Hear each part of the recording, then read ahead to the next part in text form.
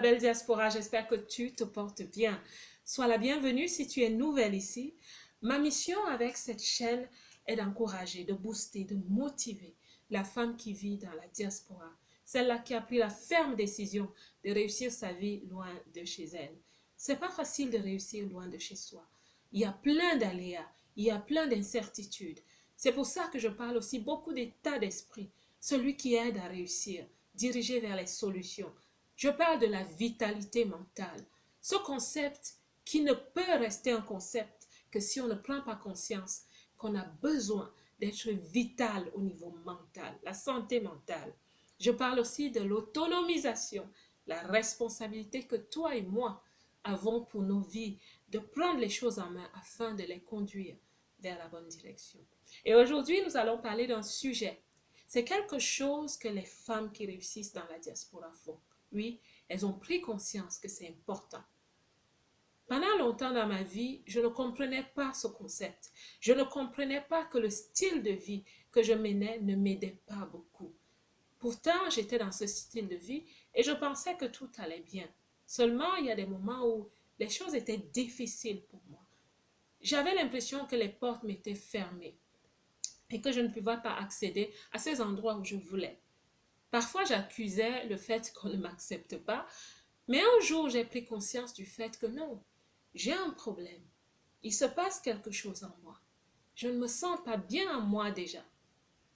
Et comment est-ce que je peux réussir?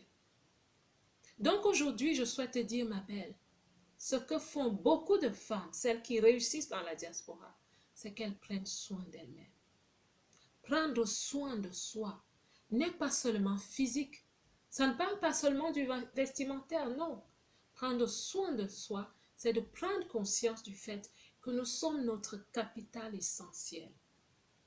Nous pensons parfois que c'est l'argent qui est le capital essentiel. Nous pensons parfois que c'est les ressources techniques, économiques et tout ce que tu peux imaginer. Ou les autres, les connexions. Non, nous sommes notre capital essentiel, ma belle. Et si tu ne sais pas prendre soin de toi, ne t'étonne pas pourquoi certaines choses ne se passent pas bien. Tu vas me dire, mais quelle est la corrélation entre ce qui ne se passe pas bien et le fait que je ne prenne pas soin de moi? Il y a plusieurs belles dans la diaspora qui ne font que courir, courir, courir, courir. À un certain moment, elles se laissent tomber, elles ne se rendent même pas compte. Elles ne se rendent pas compte qu'elles ont jeté l'éponge en ce qui les concerne elles-mêmes. Mais comment est-ce que tu vas réussir des choses à l'extérieur, des projets à l'extérieur, si toi-même tu ne réussis pas à t'équilibrer et à être cette personne qui aime qui elle est, qui a de l'estime pour elle-même et qui a confiance en elle-même?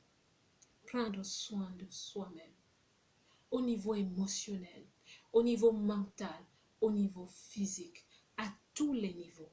Prendre soin de toi. Et même au niveau intérieur de sa maison, de son environnement. Prendre soin de soi au niveau de ses relations. Faire attention à tout ce qui entre dans sa vie. Que ce soit les idées, que ce soit les gens. Faire attention à cela. Prendre soin de soi commence par prendre conscience du fait qu'on est, comme je l'ai dit, l'instrument essentiel, le capital essentiel, que s'il est brisé, tout le reste sera brisé. Ma belle, il y a des femmes dans la diaspora qu'on rencontre. Elles sont toujours dans un état d'esprit d'agression, dans un état d'esprit de colère, dans un état d'esprit, parfois, ce n'est pas l'agression ou la colère, parfois, c'est la peur, parfois, c'est le repli sur soi. Au niveau émotionnel, pas équilibré. Mais elles ne comprennent pas qu'elles ont de grands rêves, elles souhaitent accéder à certains endroits, elles souhaitent décrocher de super boulots, mais les super boulots, ma belle, on aura besoin de toi. Et si toi-même, tu n'es plus dans l'équation, qu'est-ce que tu vas apporter? Je suis passée par là. Mentalement même, j'étais faible. Mentalement, je ne savais pas être déterminée. Je n'étais pas disciplinée. Et plusieurs d'entre nous sont partis de nos pays sans avoir appris certaines choses essentielles. La budgétisation, la planification, la discipline, l'organisation. Et on arrive où on se trouve et on rencontre des problèmes. Si je peux parler simplement des problèmes de facture. Parfois, ce n'est pas qu'on n'a pas assez d'argent. Parfois, c'est une question de manque d'organisation, de manque de détermination, que les choses vont changer et qu'on ne peut plus vivre dans ces conditions de médiocrité. J'ai connu les conditions de médiocrité. Et c'est parce que je n'étais pas forte mentalement, parce que j'abandonnais ma vie. Prendre soin de soi-même, même au niveau physique, au niveau vestimentaire.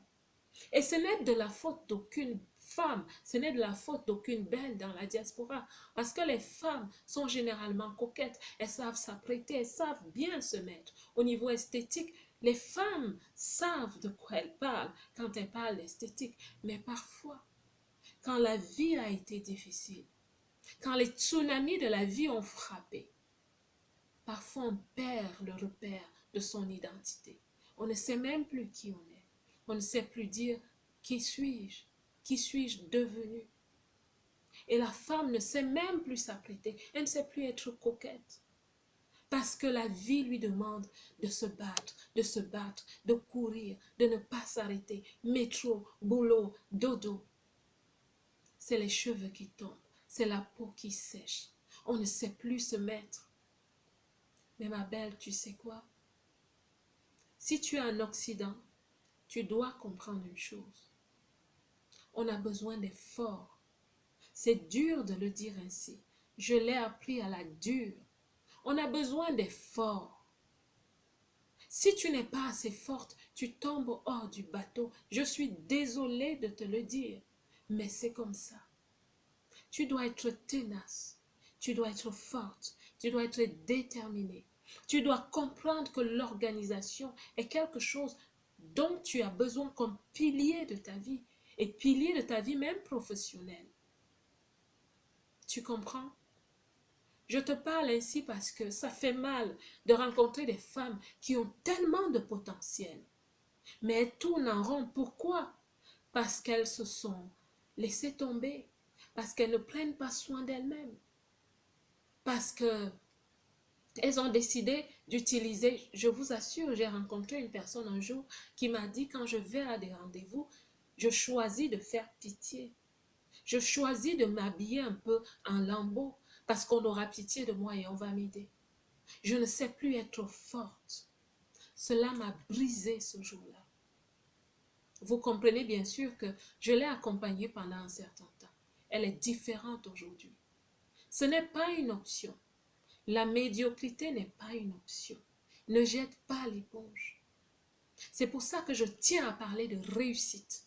La réussite de la femme qui vit loin de chez elle. C'est pour ça que je tiens à booster les femmes que je rencontre, que ce soit dans la rue, que ce soit à l'aéroport, que ce soit dans un supermarché. Si je les vois courbées, je vais m'arrêter et je vais leur parler. Prends soin de toi, ma belle. Tu en as besoin. C'est bon pour ton équilibre, c'est bon pour les gens autour de toi et c'est bon pour ta réussite. Prends soin de toi au niveau émotionnel, au niveau mental et au niveau physique. Prends soin de toi. En attendant la prochaine vidéo, fais-moi savoir ce que tu penses de ce que je viens de dire. Est-ce que tu es passé par là? Quelle est ton expérience?